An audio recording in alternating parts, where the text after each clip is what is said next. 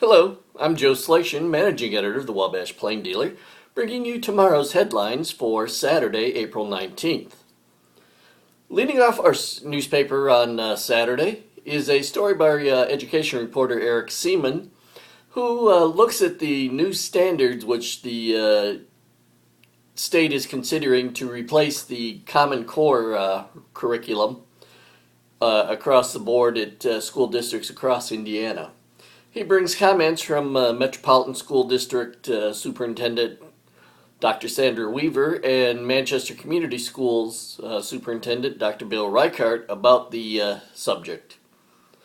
Eric also has a story in tomorrow's newspaper about an opera company that performed this week at Miller's Merry Manor as part of the Honeywell Outreach's senior program. The Honeywell Center and several senior centers from around the area have combined forces to help bring the arts to senior citizens around Wabash County and the surrounding area.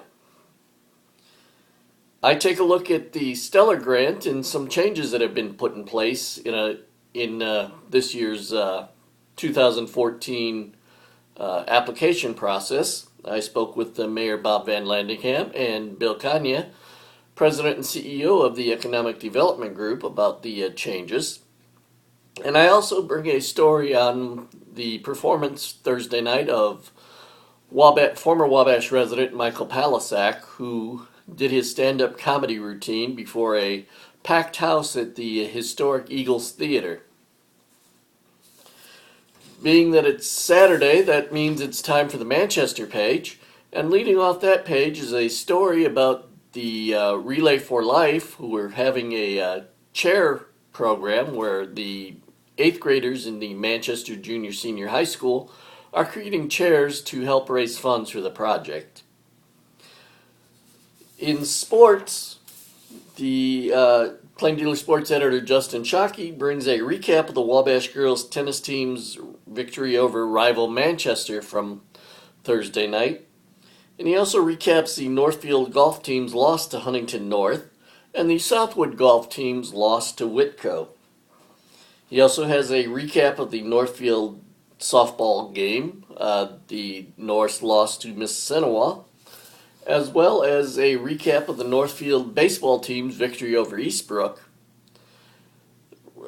More softball, recapping Southwood's first team victory of the Southwood softball team's first victory of the season, that is, against Southern Wells, and recaps of the Wabash Southwood Manchester track and field competitions, which also took place Thursday night.